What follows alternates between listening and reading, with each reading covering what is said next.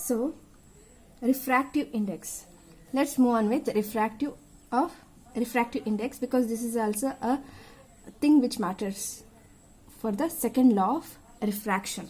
So as you have seen in the second law of refraction, sin I by sin r is equal to constant.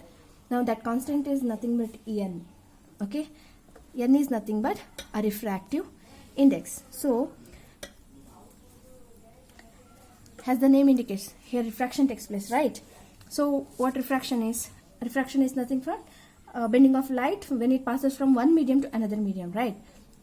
So if I take expression for refractive index as n is equal to c by v, which means it is a ratio of speed of light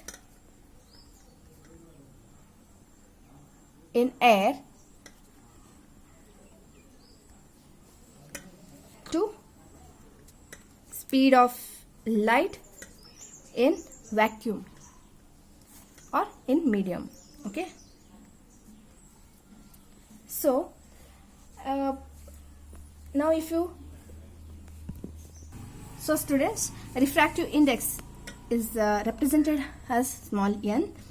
Refractive index is nothing but is a ratio of speed of light in air or vacuum to speed of light in medium.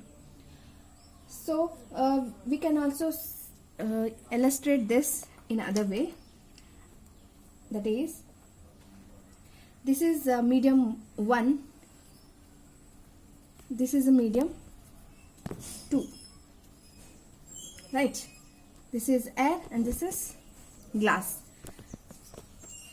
So if this is a refraction taking place, then you can say, or you can define refractive index as n21 is equal to speed of light in medium 1 to speed of light in medium 2. So why you have numbered this? This implies the refractive index of medium 2 respect to medium 1.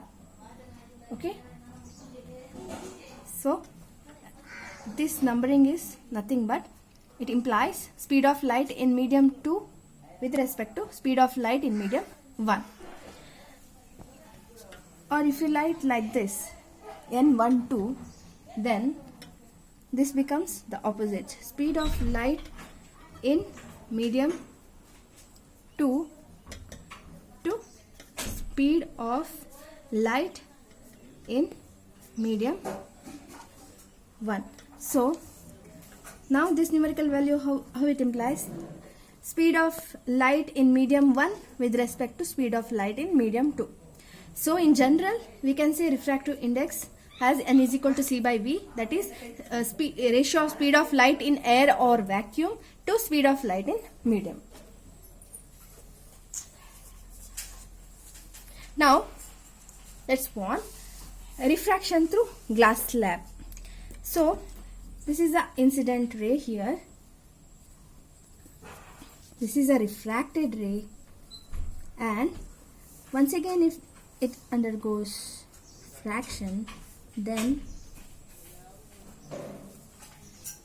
it goes in which direction? So here is the normal. Now it goes like this, because this is from air to glass, from glass to air. So the ray bend away from the normal, here ray bend towards the normal. So here is a rarer medium, this is the denser medium. Now since we have two normals here, both are parallel to each other, right? Since these normals are parallel to each other,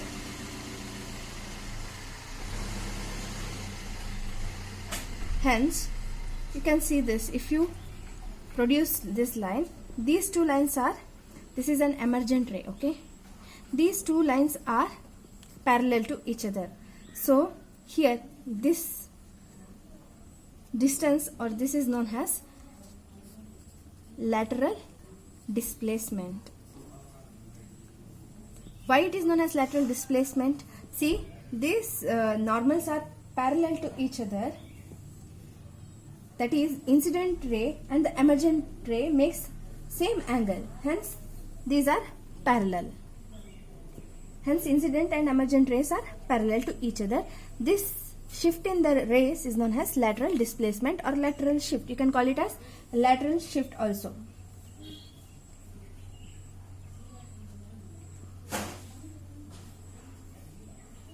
That is, you can now this is an incident angle, this is an refracted angle. Now what this angle will be? So this angle will be R, this angle will be I. You can see the same thing, because this angle is not I, right? It should be I according to what we have seen far before, but it is R. Why? This is because you know about alternating angles, right? You have studied in your mathematics. Alternating angles are same. Therefore, the angle over here is R and angle over here is I. So once again, I'll say you one thing. Since incident and emergent ray makes the same angle, they are parallel, and these rays have a shift known as lateral shift or lateral displacement. This displacement is due to their angle. And here is the incident ray. When it is after reflection, you will be having angle of refraction.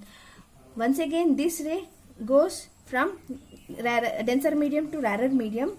What happens? Actually, what should happen? Here it should be I, but due to alternating angles, we have R over here and I over here. Now same case on the both sides.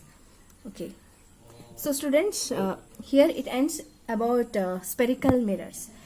In the next class, we will be going through spherical lens and concave lens, convex lens, their image formation, and the formula, lens maker formula. Thank you, students.